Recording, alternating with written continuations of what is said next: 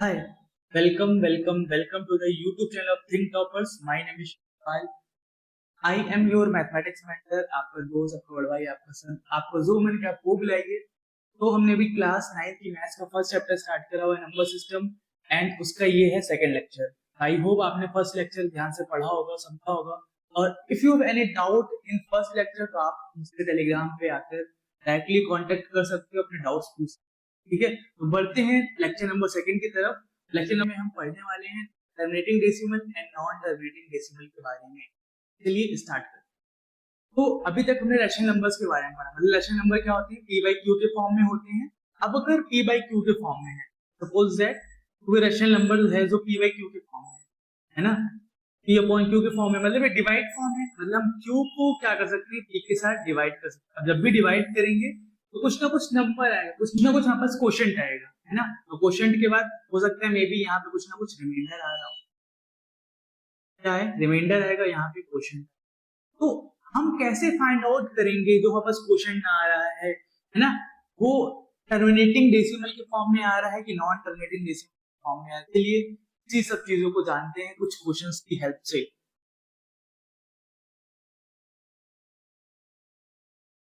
तो पहला क्वेश्चन हमारे पास ये है, express the decimal representation of 7/8 by long division method. 7/8 को आपको क्या करना है, डिवाइड करना है लॉन्ग डिवीजन मेथड की हेल्प से। तो 8 यहाँ लिखो, 7 यहाँ पे लिखो, डिवाइड करना स्टार्ट करो। तो ये डिवाइड तो होगा, जीरो आएगा, यहाँ पे पॉइंट लगा, यहाँ जीरो इंक्लूड करा। अब कितने टाइम्स से आ रहा है, 8 टाइम्स से आ रहा है।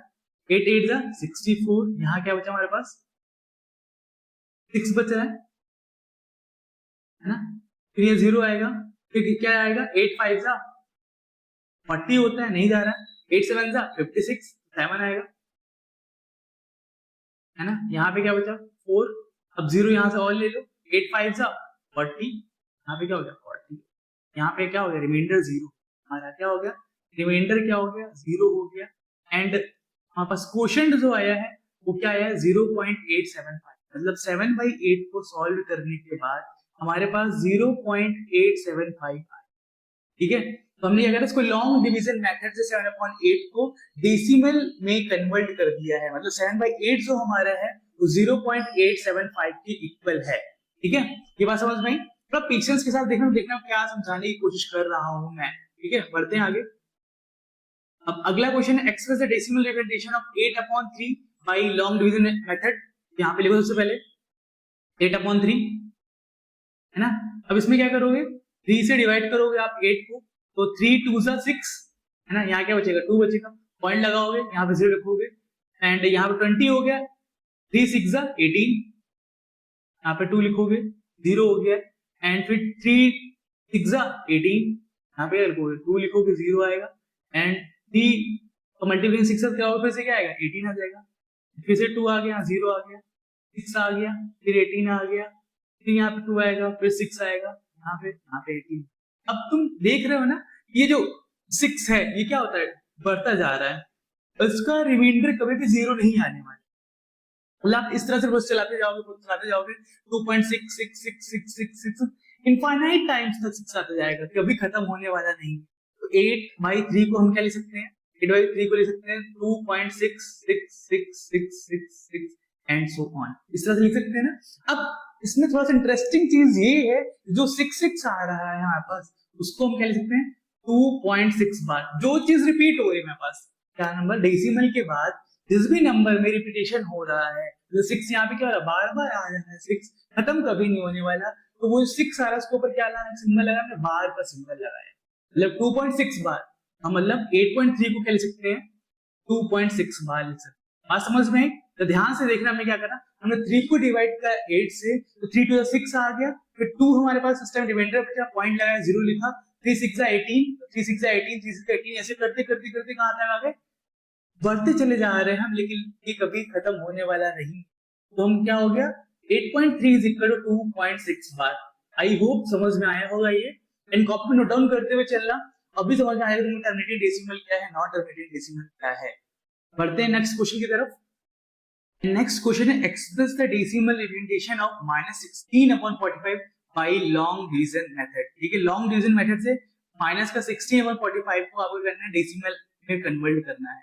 -16/45 लिखा है, तो क्या करोगे आप 45 को डिवाइड करोगे -16, है ना, यहाँ पे क्या जीरो लगाओगे, पॉइंट लगेगा 0 और सिंबल माइनस रहेगा बिकॉज ऊपर माइनस चल रहा है, यहाँ पे माइनस आएगा -0 पॉइंट, यहाँ 0 लिख दिया। 45 पे मल्टीप्लाई करो तो 160 आ जाए, 3 टाइम्स करा के देखो, 5 3 15, 5 कह लेगा 1, 4 3 12 1 13 135 आ गया।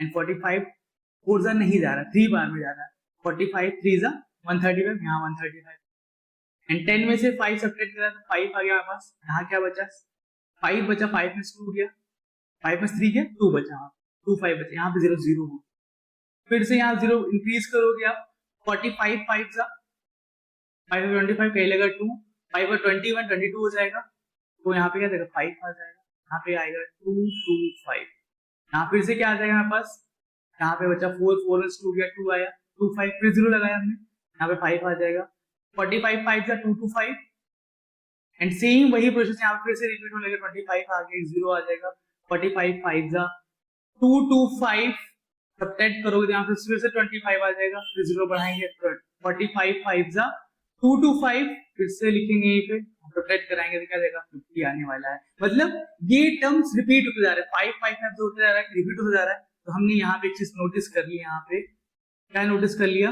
कि 5 वाला टर्म जो है ये रिपीट होता जाएगा, आगे बढ़ता चला जाएगा।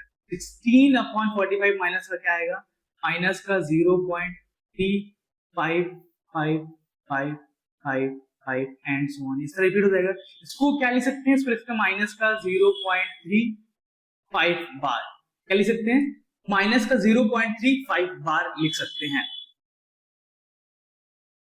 What we have noticed, हमने क्या चीज नोटिस करी, the remainder become 0, क्या हो रहा है, रिमाइंडर 0 हो जा रहा है, the remainder never become 0, या तो रिमाइंडर कभी भी 0 नहीं हो रहा है। दो कंडीशन हुई, तो डिवाइड करने के बाद हमारा रिमाइंडर जो आ जा रहा है वो क्या हो रहा है, हमेशा के लिए 0 हो जा रहा है, या रिमाइंडर नेवर बिकम 0, या तो रिमाइंडर हमारा कभी भी 0 के बराबर नहीं आने वाला है। तो जो रैशनल नंबर है वो दो फॉर्म में लिखा जा सकता है, टर्मिनेटिंग डेसिमल के फॉर्म में या नॉन टर्मिनेटिंग डेसिमल के फॉर्म में। अगर हमने p को q से डिवाइड करा, p को q से डिवाइड करा तो हमारा रिमाइंडर तो 0 आ रहा है एक बार में, ये क्या आ रहा है, या तो 0 आ रहा है एक बार में हमारे पास, है ना, यहाँ पे क्या हो रहा है, रिमाइंडर तो 0 आ जा रहा है, या तो नॉन 0 आ रहा है, या तो 0 नहीं आ रहा है। तो टर्मिनेटिंग डेसिमल किसे बोलेंगे, टर्मिनेटिंग डेसिमल किसे बोलेंगे, अब देखो ध्यान से यहाँ पे, अगर टर्मिनेटिंग डेसिमल है, टर्मिनेटिंग डेसिमल है तो उसका डेसिमल जो उसका रिमाइंडर होगा, अगर टर्मिनेटिंग डेसिमल है तो उसका रिमाइंडर जो होगा वो 0 हो जाएगा।